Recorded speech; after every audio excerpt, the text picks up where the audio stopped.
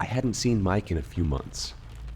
He'd been buried in work, and our usual weekend nights out had about disappeared. Then he called me on a Thursday and invited me over for drinks. I jumped at the invitation, but took note of how depressed he sounded on the phone. By the time I got there, Mike had already started drinking and was slurring his words. A dark cloud seemed to hover over him, which got worse as we drank. I finally asked, "What'd been going on with him?" Mike turned darker, afraid. I never really knew what Mike did for a living. I did know he worked for the city in the tech department and was involved with the CCTV surveillance network, but I never knew what his day-to-day operations were, which he began to describe in detail. Mike explained there were thousands of cameras scattered throughout the downtown core, outlying neighborhoods, and well into the suburbs of our 1 million plus person city. His responsibility was to categorize and archive all the incoming footage.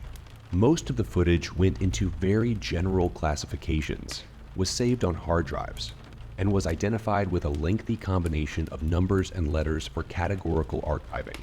They were truly meant to be forgotten about. It was an expansive task, but Mike designed and built an AI screening program that detected common patterns in footage, and then sectioned out anomalous behavior for review. The vast majority wasn't noteworthy, something like 99.99. Then there was the 1. The car accidents, assaults, swarmings, rapes, abductions, murders. Those went into a special archive for use in criminal investigations. And then there was the 1. They were held in a classified archive and contained footage capturing events that, by all accounts, were unexplainable. This was called the Tartarus Archive. I looked up the word Tartaruses after, and discovered it was one of the darkest, deepest prisons from Greek mythology. It was said that if you dropped an anvil from heaven, it would take 7 days for it to reach the earth. It would take another 7 days for the anvil to reach Tartarus. It was the place you sent the Titans when there was nowhere else that could contain them. When Sisyphus was condemned to an eternity of futility and frustration with a large boulder and a mountain slope, that punishment was carried out in Tartarus. As it turned out, the name was quite fitting for the archive's growing contents. Some footage could be simplified to strange optical anomalies in the camera and coincidences of light or crackheads on a bender through the subway systems. Other footage, though, defied logic. The others are what captured Mike's mind that evening. He'd been breaking protocol by bringing hard drives home at night. In fact, he'd been splicing the footage together, capturing and compiling repeat aberrations, and editing them into linear sequences. Mike wanted to show me some. It wasn't in a bragging or showing off kind of way. It felt more like the sharing of a heavy burden. I asked if showing me would get him in trouble, but he waved the idea away. I said, "Yeah, obviously I want to see what's going on in my city." Mike led me into his workroom, where he had monitors, towers, and piles of externals set up. We sat down, and he skimmed through some drives nervously. Then he landed on one. Mike told me this anomaly was codenamed Link Inspector. On the largest screen, black and white footage started up, showing Lincoln Avenue, one of our less attractive downtown streets, at 3 a.m. The camera angle showed the length of Lincoln Ave, as it led into the downtown core. The street appeared empty and quiet. From a side road, a woman emerged, walking towards the camera. As she approached the intersection, she turned over her shoulder and appeared to scream. The woman took off, sprinting past the camera, which cut to a new, wider angle from another camera across the street. We watched the woman running frantically, seemingly being chased. But she was the only one on the street. There was no one else anywhere around her. The woman kept screaming as she ran, and the cameras kept following, cutting between different CCTV angles. We watched as the woman was chased into the middle of an empty intersection. She fell, then cowered as if something massive was standing over her. The woman's neck stiffened, and she began to levitate off the ground. Her body looked like a rag doll as something lifted her by the throat until she was floating a dozen feet above the road in the middle of the intersection. Then the woman's head snapped to the left, and her body fell back to the ground. The video ended and went black. I sat stunned. Mike saw my expression and said, "You ain't seen nothing yet." I asked if that was real, if what I saw was unaltered. Mike said all he'd done was put the clips together. None of the content had been touched. He told me he found out the incident ended up being described as a hit and run, and the case was left figuratively open for more evidence to amass, which it never would. The department kept the footage hidden, claiming it was a camera malfunction. No one outside of Mike and his boss had seen the video of how the poor woman actually died. I started to understand the air of somberness Mike was carrying around. Mike started the next video. This one was codenamed Black Crab, and was much longer than the previous one. It started in the subway system, at the underground Walkley station, shortly after closing up for the night. Walkley was the last stop on the route, and the exterior was dominated by a new housing development on one side and untouched forest and swampland on the other. The camera was pointed down along the subway platform on the east side and showed its entire length, with benches and garbage cans populating it.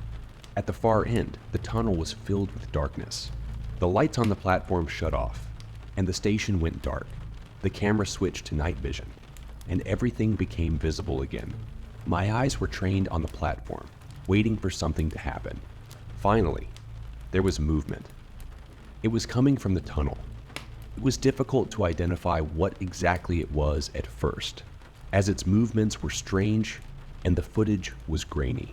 But it got closer to the camera, and I got a better look.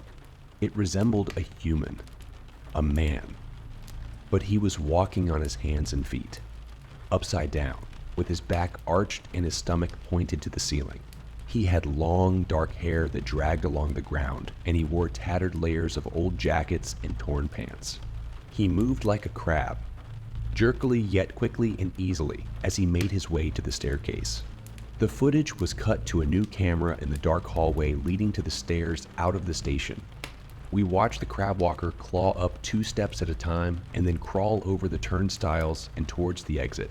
The footage was cut again, now showing the exterior of the station entrance. The crab walker squeezed, twisted, and maneuvered his body through the locked and closed entrance gate. It looked impossible to accomplish, but he did it. Once outside, the crab walker eyed his surroundings before skittering off towards the woods and disappearing. The footage cut to an hour later and revealed the crab walker reappearing from the woods. He was dragging a small animal by the tail in his teeth. The animal looked like a cat. The crab walker squeezed back through the gate, crawled through the station, and disappeared into the subway tunnel. Again, Mike saw my expression and told me there was more. He showed me the length of the video, which was over an hour long. Mike had compiled over 20 sequences of the crab walker creeping out of the subway station and into the woods. Mike skimmed through the video towards the end, and we watched the crab walker come out of a sewer in a downtown alleyway. It crawled over to a pile of garbage bags and cardboard boxes. Then it jumped into them, and some kind of vicious frenzy ensued. There was someone else in the pile of garbage. Hands and feet thrashed about as they struggled for their lives. Then the movement stopped, and the hands and feet went still. The crab walker's body moved jerkily about, but I couldn't see what was happening because of the darkness and all the garbage bags and boxes obscuring the camera's view. Mike leaned over to me and whispered that the crab walker was eating a homeless man. This caused a criminal investigation, as the dead body was found mutilated and festering in the open alleyway. Mike followed up on the inquiry. What he discovered was that the crab walker was, as authorities believed, a man named David Fletcher. Decades ago, David had been a prominent lawyer with a family. One Christmas, there was a house fire, and his wife and kids were killed in the blaze. It was David's fault. He lost everything, including his mind. Everyone has a breaking point, whether they know it or not. A place where they bend too far and then snap. David found his. Family and friends described his descent as nightmarish. David lived on the streets, became addicted to drugs, and tumbled into mental illness. The last anyone knew of him was 10 years prior. He'd thrown himself in front of a subway at the Walkley station, and no one heard from him or saw him again. It appeared that, somehow, David had survived the subway hit. His back had broken and healed strangely, causing him to move the way he did. He'd adapted to the new posture and lived in the darkness of the subway tunnels, finding sustenance from drain water and the wild animals he caught. That was what Mike found out, at least. But then he said that was just the answer the investigators gave in Discovery. Who knows where the truth lies? Mike said there was always an answer for the videos he saw, whether the answers were true or not. No one knew, but the ones that had to become public all needed explanations, however absurd. Either way, David was never found and didn't reappear on the subway footage. Mike plugged a new hard drive in. He poured me a fresh drink and told me this was the one that was troubling him. The file was codenamed Cloud Mirror. I wasn't sure I wanted to see it, but before I could object, Mike pressed play. All the monitors lit up with footage from different intersections downtown on the exact same date and time. There were 5 in total. The streets on each screen were empty and quiet. No cars or people. Suddenly, at the exact same time, in the center of the intersections, a small globe pulsed into existence. It was some kind of orb, roughly the size of a bowling ball. The streetlights around it pulsed with energy waves as the orb grew larger. It grew to the size of a beach ball. Then it flashed out. The streetlights went back to normal, and the intersection was as lifeless as it was before. I asked Mike what they were. He told me he had gigabytes of footage of the orbs and had watched them repeatedly. He didn't know what they were at first. Then they started to change. Mike clicked on the next video. Again, the 5 monitors lit up at the same intersections in time of night, but several weeks later, the streetlights glowed and pulsed, and an orb manifested into existence again.